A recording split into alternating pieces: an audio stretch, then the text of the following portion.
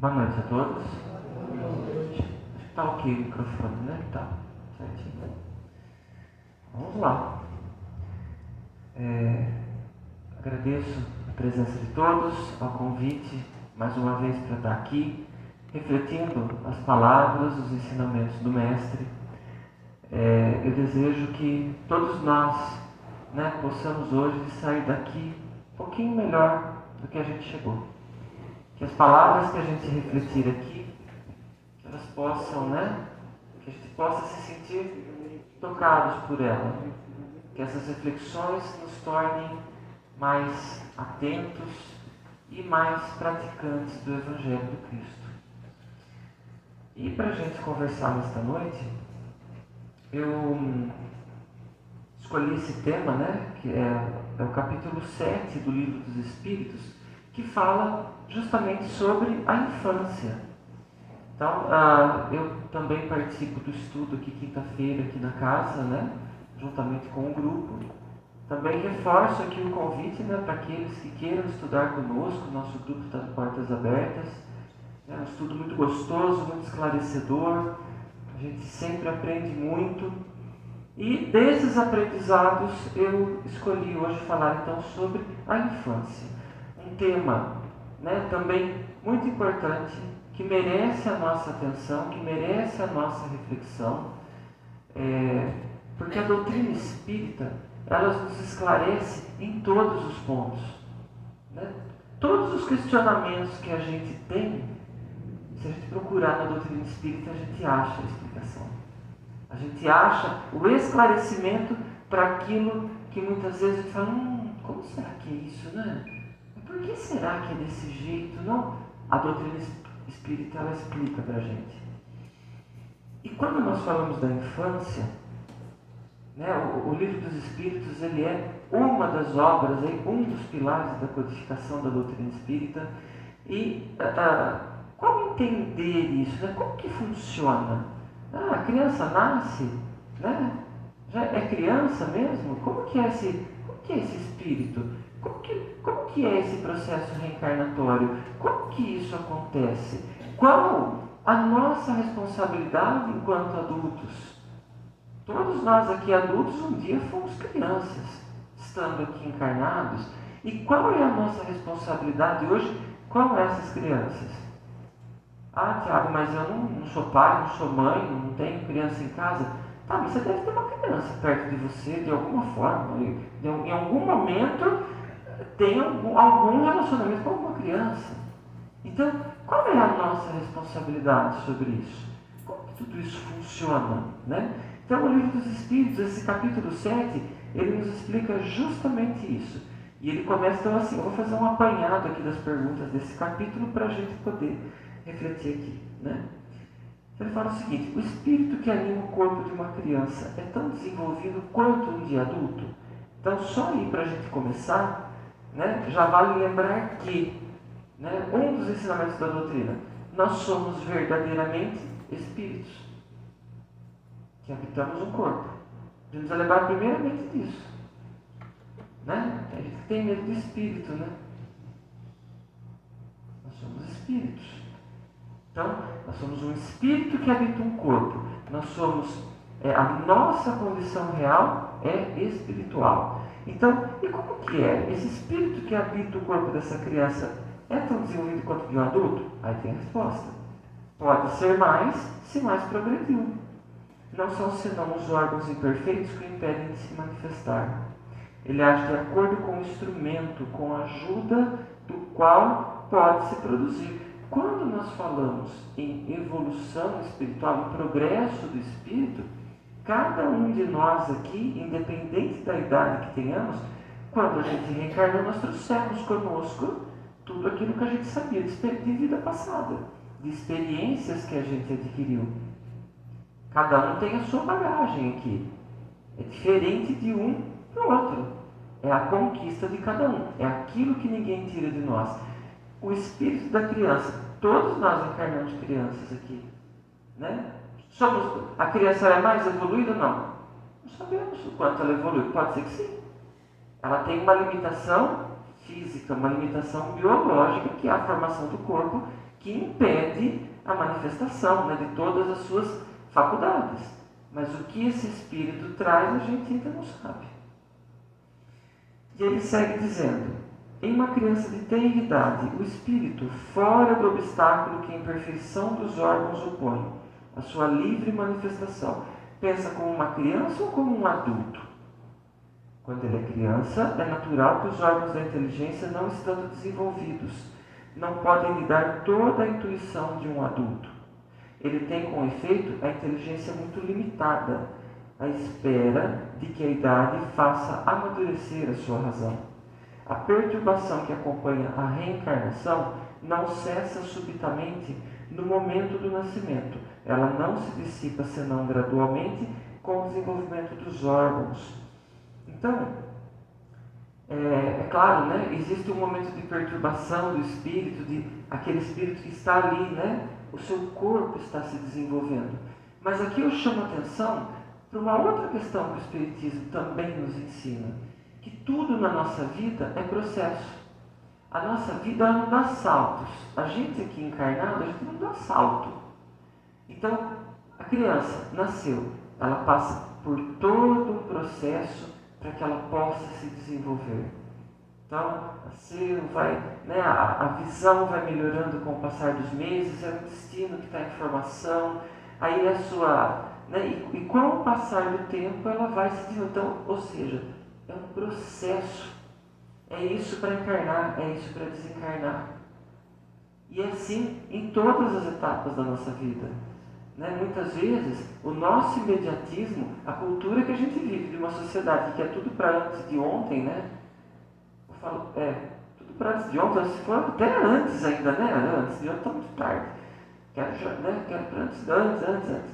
Mas assim, tudo é processo. Então não existem saltos.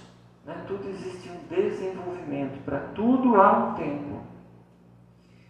E ele segue perguntando: na morte da criança, o espírito retoma imediatamente o seu vigor anterior? Ele o deve, uma vez que está desembaraçado do seu envoltório carnal. Entretanto, não readquire sua lucidez anterior, senão quando a separação for completa. Quer dizer, quando não exista mais nenhum laço entre espírito e corpo. Né? Então, como retomar esse vigor anterior? Pô, desencarnou. Como que retoma esse vigor anterior? Também é imediato? Depende do desprendimento. E isso, né, não só no caso de uma criança, mas no nosso caso, enquanto adultos. Né? Qual é o nosso desprendimento? Qual que é o tempo para a gente retomar esse vigor, para a gente retomar essa consciência? A gente precisa se libertar da matéria. A gente precisa se desapegar das coisas que temos aqui, inclusive do nosso corpo. E é bem fácil isso, né? É bem tranquilo, né, pessoal? Bem, né?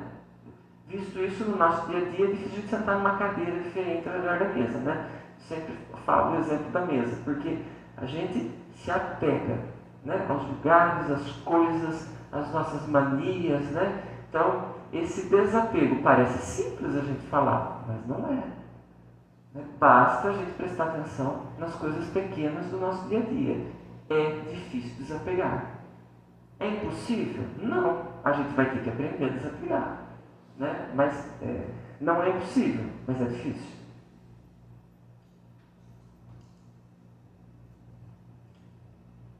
Outra coisa que vale destacar também, conforme a gente estuda o Livro dos Espíritos, a gente vai vendo que são muitas perguntas, às vezes, que são parecidas, que são semelhantes, que são próximas. E é justamente para quê? Para que não haja dúvidas. Né? Ah, não, ficou uma brechinha ali. Não tem a brechinha, tá? Está explicado. Né, São Reinaldo? A gente sempre comenta aqui, né? Está explicado, né? Não tem, é para não ficar a brecha. Né? Então, e pergunta de um jeito, aí olha um pouquinho por esse ângulo, e vem uma pergunta um pouquinho pelo outro ângulo, e assim, né, a gente vai seguindo, estudando, justamente para que não fique dúvidas, né, para que a gente entenda como que as coisas funcionam. Né? Eu acho que tudo aquilo que a gente tem medo, a gente geralmente tem medo do desconhecido. E aquilo que a gente conhece, aquilo que a gente aprende, aquilo que a gente entende, a gente aprende a perder o medo disso. Porque a gente entende como funciona. Né? O processo, né, saindo um pouquinho aqui, mas falando, né, a morte do corpo, o processo doloroso, é o luto, não é? É o sofrimento pela, né, como a gente diz, né, a perda, né, do nosso ente querido, né, mas a gente estuda. A partir do momento que a gente entendeu como funciona, a gente não vai sofrer com o luto, a gente vai sofrer com o luto, mas a gente passa a entender. Esse sofrimento passa a ser diferente, a gente passa. Então, isso para todas as coisas. Então, é importante, né, como a gente vê no Evangelho, né, como é dito, espíritas, né, amai-vos, eis o primeiro mandamento, instruí-vos, eis o segundo. Então, é importantíssimo o nosso estudo, a nossa dedicação, para que a gente conheça, para que a gente entenda como as coisas funcionam.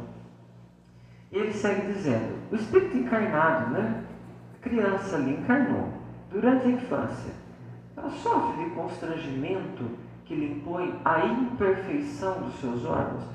Né? Quando a gente, uma criança, né, falando, né, ela é totalmente dependente. Ela inspira muitos cuidados de seus pais. Então, isso gera algum constrangimento, né, com todos esses cuidados? Não. Esse estado é uma necessidade. Está na natureza e segundo as vistas da providência. É um tempo de repouso para o espírito. Então não há nenhum constrangimento para a criança passar por esta fase. Qual é para o espírito a utilidade de passar pelo estado de infância? O espírito se encarnando para se aperfeiçoar é mais acessível durante esse tempo. As impressões que recebe e que podem ajudar o seu adiantamento, para o qual devem contribuir aqueles que estão encarregados de sua educação. Muito bem. Essa pergunta que ela pega, né? Porque, veja bem, nós, aqui nós estamos falando, né? Por que passa pela infância? Bom, porque é mais fácil, é mais acessível, né? Para a gente modelar essa criança, para que... Então, se é mais acessível, é mais fácil para eu mudar, é mais fácil para eu corrigir aquelas imperfeições que eu percebo, né? Porque a gente, depois que a gente toma a nossa consciência, que a gente se torna adulto, que a nossa razão, a nossa... Né, é fácil a gente mudar. Aquela ferida que a gente tem, assim, que você tocar ali dói pra caramba. Não é fácil a gente mudar. Não é? Precisa doer muito pra gente mudar. Falar, nossa, cansei de sofrer com isso, agora não vou fazer isso. Agora eu vou... Então, ou seja, chegou no momento de exaustão para que eu mudasse. É muito difícil a gente mudar pelo amor. Né? Na maioria das vezes, é o sofrimento ali que nos ensina. É a dor que nos mostra o caminho. Né? Que caminho? O caminho que a gente não deve passar. Opa, por aí não. Por aí dói, por aí não dá certo. Peraí. Então, é difícil para a gente. É impossível? Não, não é impossível. Por isso que nós estamos aqui. Por isso que a gente estuda, por isso que a gente, né, faz as nossas interpretações do Evangelho, do Livro dos Espíritos, da doutrina. E aí a gente vive, e a gente está vivendo em sociedade, a gente cai de novo, a gente erra, e levanta, e vai, não, poxa vida, errei de novo, não vou mais escorregar aqui. Enfim, é o nosso exercício diário. Mas e a criança? É o momento. É o momento daqueles que estão encarregados da sua educação, aqueles que estão sob essa responsabilidade, né, de modelar, de perceber quais os sinais que essa criança dá. Eu estou percebendo manifestação do egoísmo? Sabe aquela coisinha bobinha assim? Mas eu não deixo ninguém brincar com o meu brinquedinho. O que é isso? Manifestação do egoísmo aí.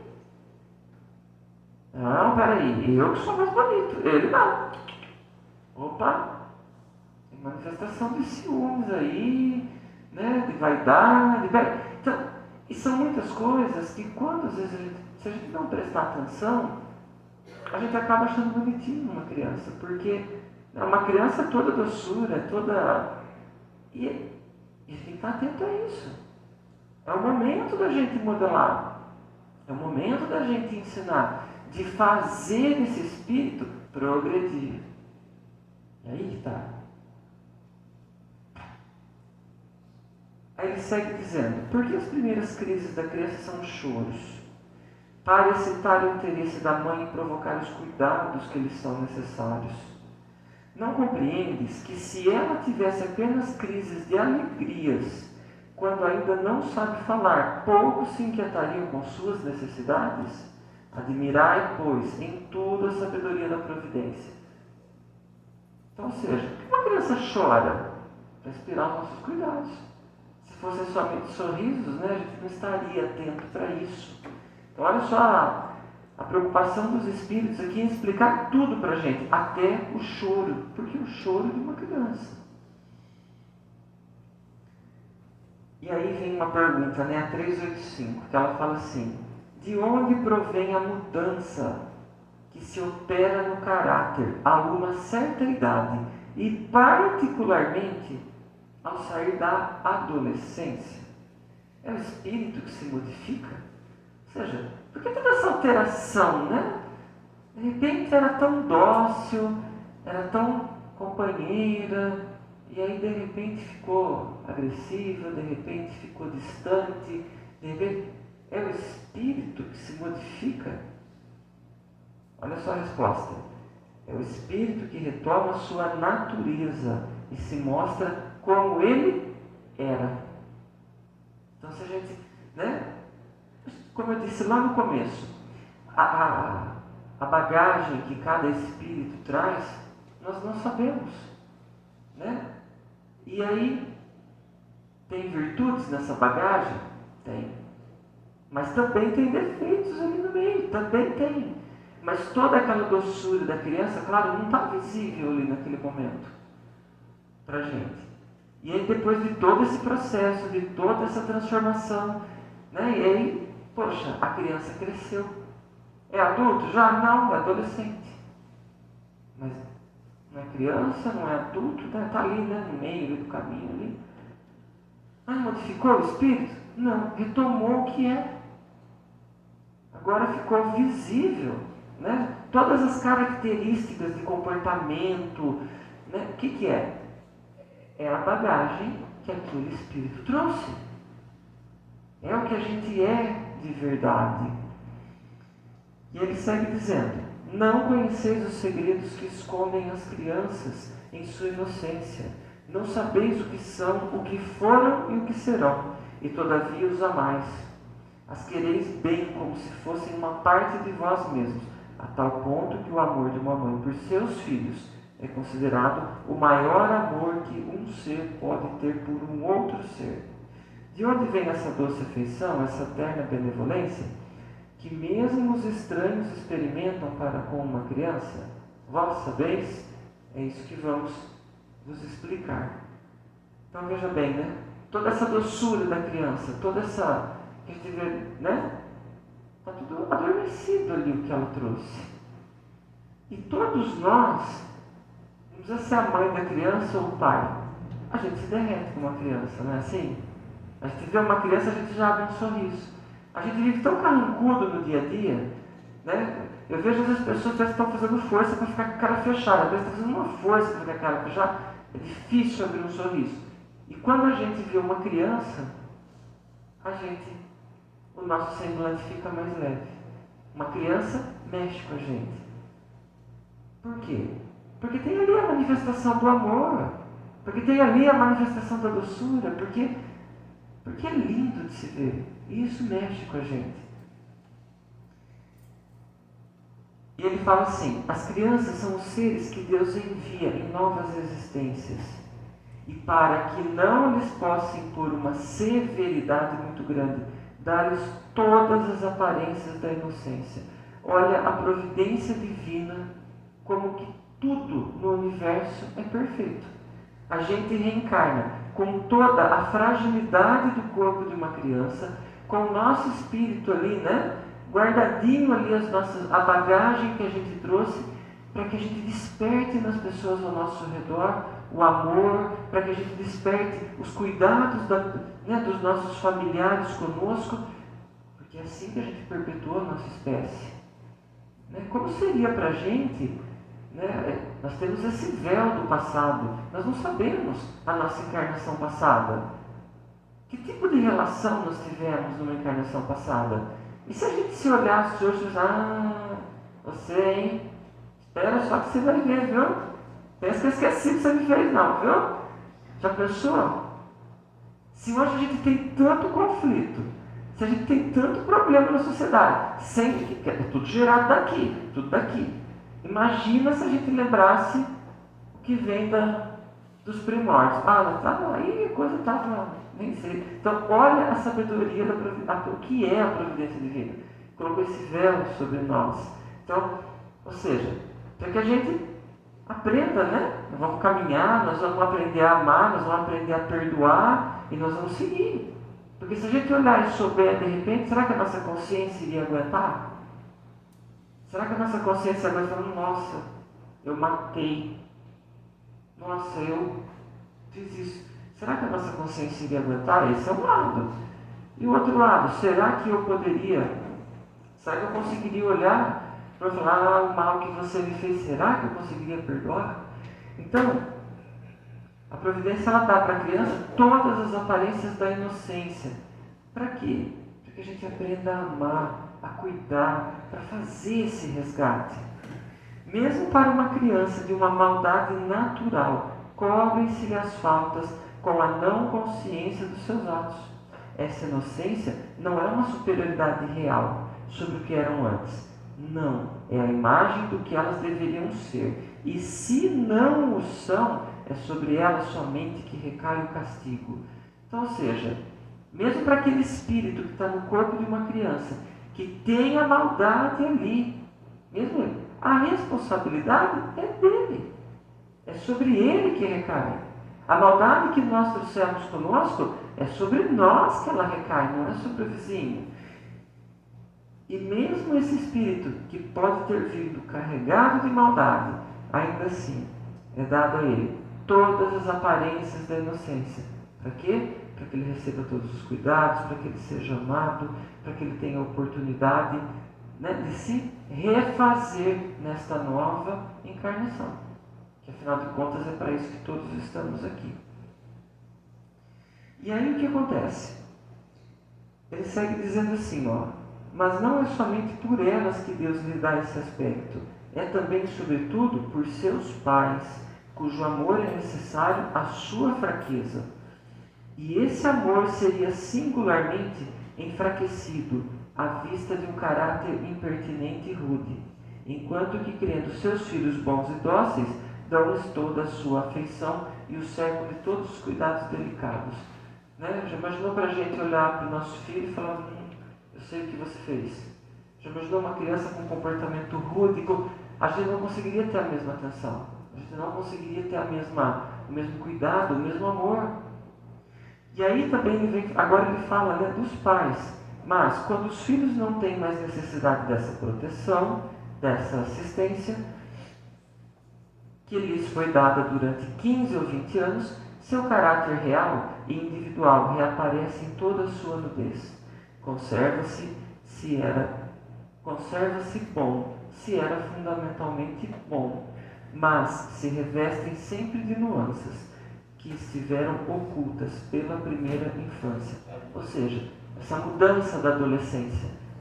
Que mudança que foi essa? Na verdade não foi uma mudança, na verdade retomou o quê? A característica original daquele espírito. Ficou visível, fala que os 15 ou 20 anos, que apareceu. E ele fala o seguinte, a infância tem ainda uma outra utilidade. Os espíritos não entram na vida corporal senão para se aperfeiçoar, se melhorar. A fraqueza da pouca idade os torna flexíveis, acessíveis aos conselhos e experiência daqueles que devem fazer progredir. Então veja bem, todos nós um dia fomos crianças, reencarnamos aqui para quê? Para aprender, para progredir, para seguir em frente, para que um dia a gente possa habitar mundos melhores. Essa é a nossa experiência aqui. Todos encarnamos aqui, crianças. E nesse momento em que a gente é flexível, né, enquanto criança, é o momento de maior aprendizado. Né? E ele diz o seguinte: é então que se pode reformar seu caráter e lhe reprimir as más inclinações. Tal é o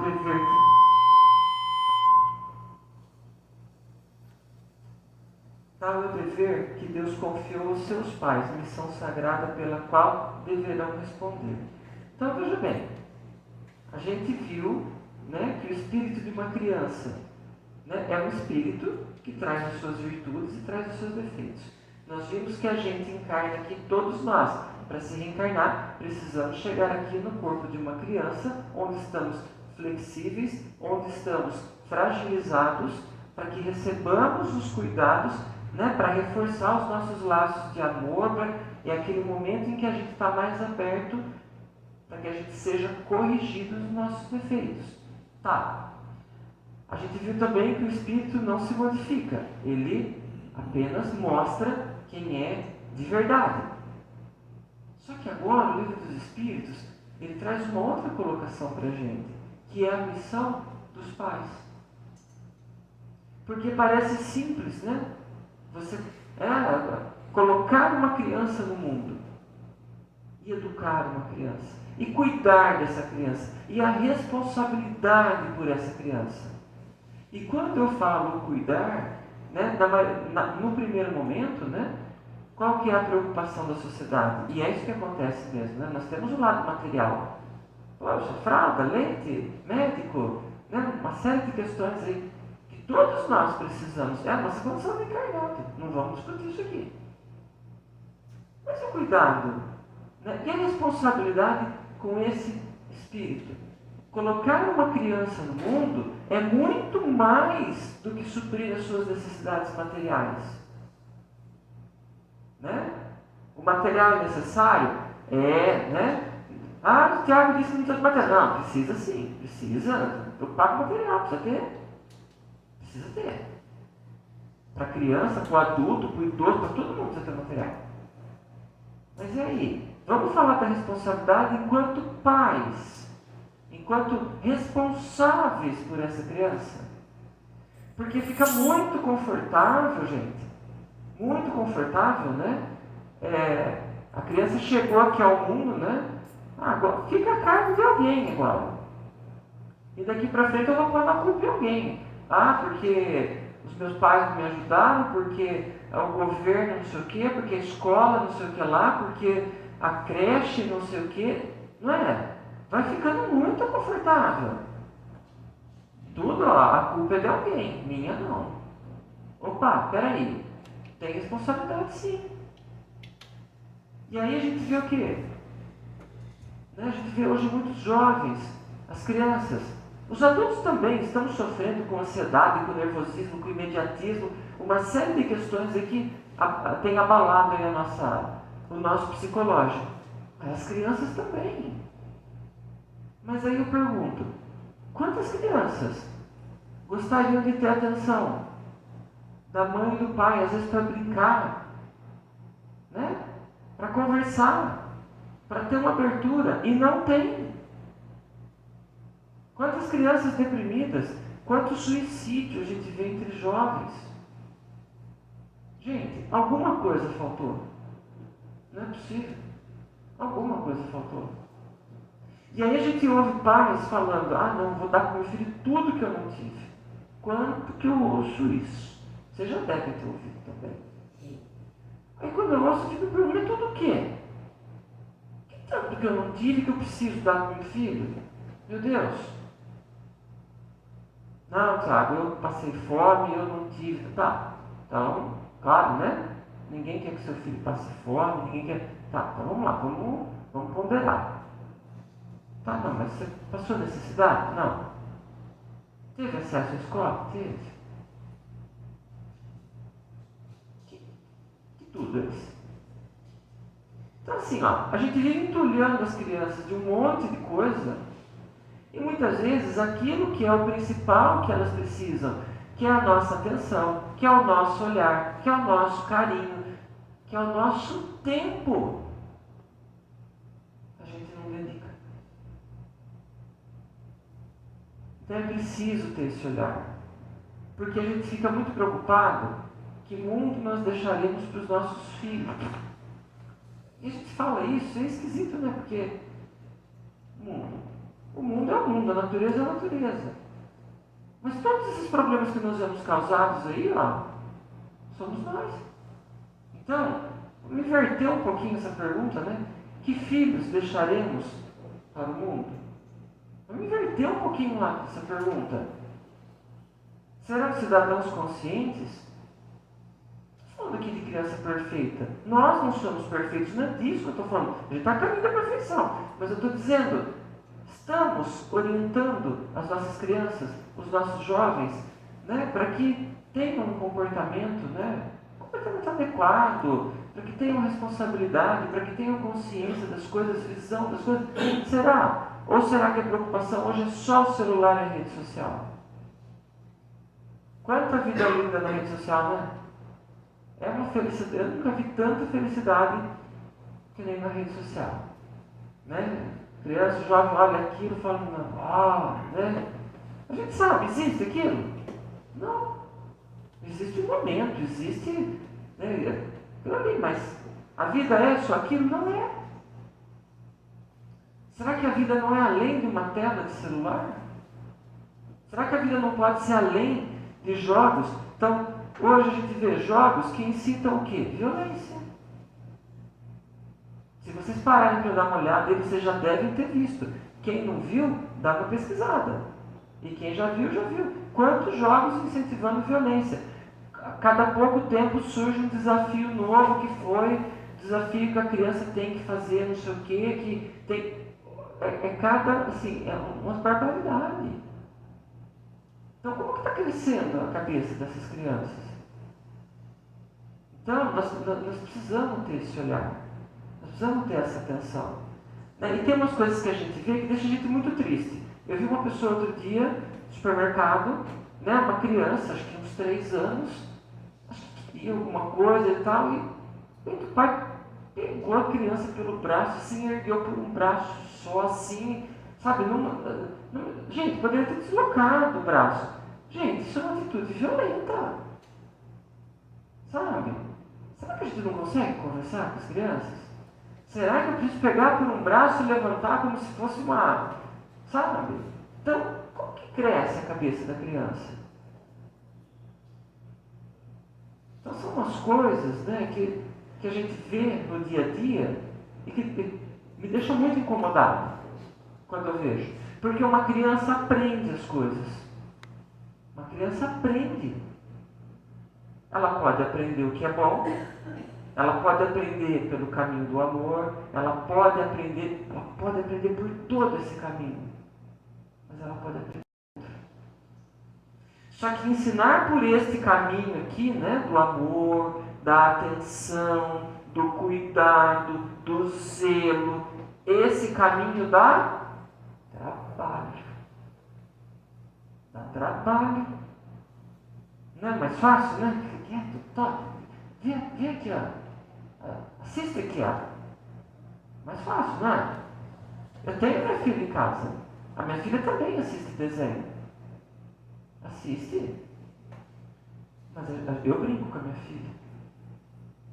Né? A gente precisa ter essa atenção. Porque educar dá trabalho. E depois, um dia lá na frente, é mais fácil, né, dizer que mas o governo, não sei o que, a escola, não sei o que lá, ou que, né, tem alguém. Eu não. Então, essa atenção. Uma criança requer atenção. Então, nós podemos ter uma sociedade melhor, nós podemos ter um mundo melhor, nós podemos e devemos. Mas nós precisamos ensinar corretamente as nossas crianças. Nós precisamos dar atenção. Nós temos que mudar a nós. Não é fácil. É tarefa nossa. mas nós temos que ter esse cuidado, nós temos que ter esse olhar cuidadoso, esse olhar amoroso com a infância, com a adolescência, porque é uma fase de fragilidade, é uma fase onde todos os perigos estão aí e é rapidinho para se desviar do caminho. Então, essas reflexões que nós vemos aqui, você vê, a providência divina, ela nos diz, tal é o dever que Deus confiou aos seus pais, missão sagrada pela qual deverão responder. Sobre tudo nós temos responsabilidade, sobre tudo. Mas aqui também ele nos fala, devemos responder por isso. Qual a resposta, qual foi a nossa dedicação, aquele espírito que foi confiado dentro da nossa família, que chegou através do corpo de uma criança, qual é o trabalho que nós estamos tendo, qual é a nossa responsabilidade, como responderemos a isso um dia? Essa que deve ser a nossa atenção. Então, eu digo que a missão é fácil? Não é fácil. Não é fácil. Mas exige dedicação, exige trabalho. O que nós estamos ensinando para as nossas crianças? Então eu quero dar tudo, mas tudo o quê? Será que precisa de tanto material? É necessário, mas dá para dosar? Dá para explicar? Dá para ensinar a criança, seja aqui na casa espírita, seja em qualquer outra doutrina religiosa. Dá para ensinar a criança a fazer uma oração? Dá para ensinar a criança a partilhar aquilo que ela tem? Gente, dá para ensinar. Dá para ensinar. Então a gente pode com isso, a gente tem esperança de ter uma sociedade melhor. Mas é responsabilidade dos pais. Dá trabalho? Dá trabalho. Exige esforço? Exige esforço. Mas nós somos responsáveis por isso. Então, a gente vê, às vezes, crianças, coisas que a gente vê na mídia muitas vezes, festas assim, de arromba, para comemorar uma data de aniversário. Pô, Tiago, então não dá para fazer festa? Não estou dizendo isso. Eu estou dizendo para a gente tomar cuidado, a forma como a gente mostra. E como aquela criança vai crescer achando, então, tem uma festa de arromba, agora tem que ter, a qualquer custo tem que ter essa festa de arromba. Porque meu pai falou que era uma princesinha, acho que eu sou uma princesa mesmo. Peraí.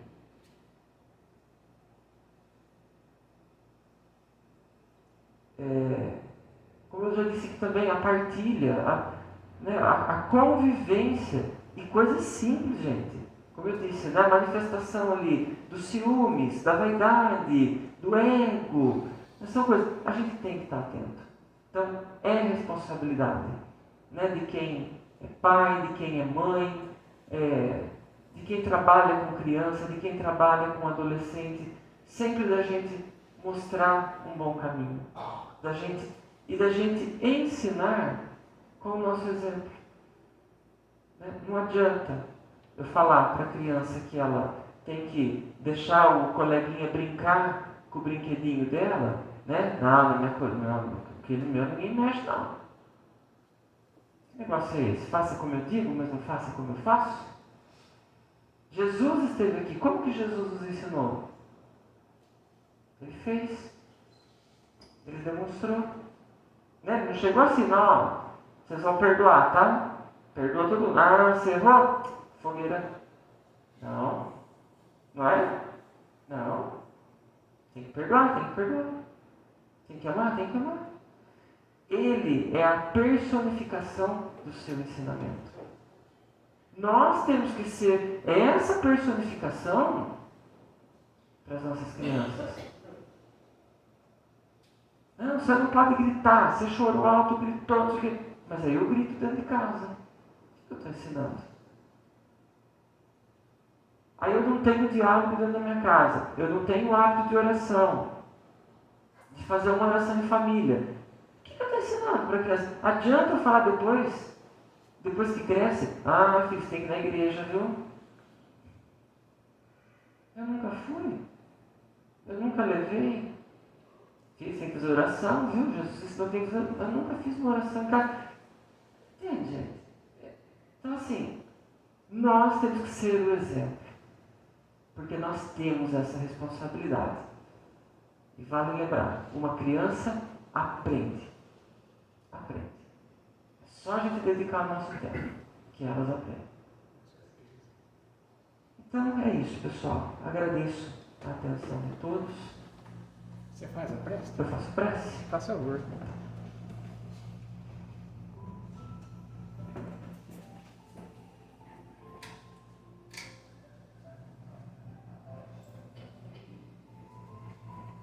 E assim, após as reflexões da noite, com a mente elevada a Jesus, nosso Mestre, irmão maior, nós recebemos toda a luz do plano espiritual aqui nesse ambiente, que inunda o nosso coração, que nos faz esquecer de todas as tribulações da vida lá fora. E com isso aqui nós somamos tudo aquilo que temos de melhor, todo o nosso querer, toda a nossa vibração. Nós rogamos a Jesus que essas vibrações cheguem até os irmãos que mais necessitam. Tudo isso que recebemos aqui de bom, a paz, a harmonia, o equilíbrio, o entendimento, o discernimento. Nós rogamos, Jesus, que tudo isso possa chegar até todos os nossos irmãos, aqueles que estão acamados, aqueles que estão abandonados, aqueles que sofrem com a miséria, aqueles que sofrem por qualquer que seja o motivo, ó Pai.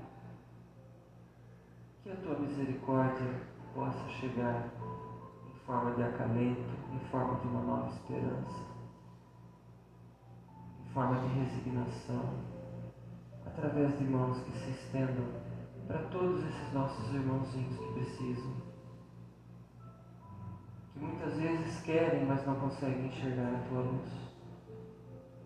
Rogamos, Mestre, piedade, que todos eles possam ser agraciados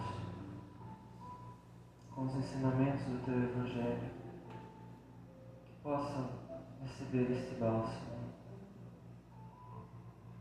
E assim também nós agradecemos o estudo desta noite, pelo aprendizado, por todas as boas energias que aqui recebemos.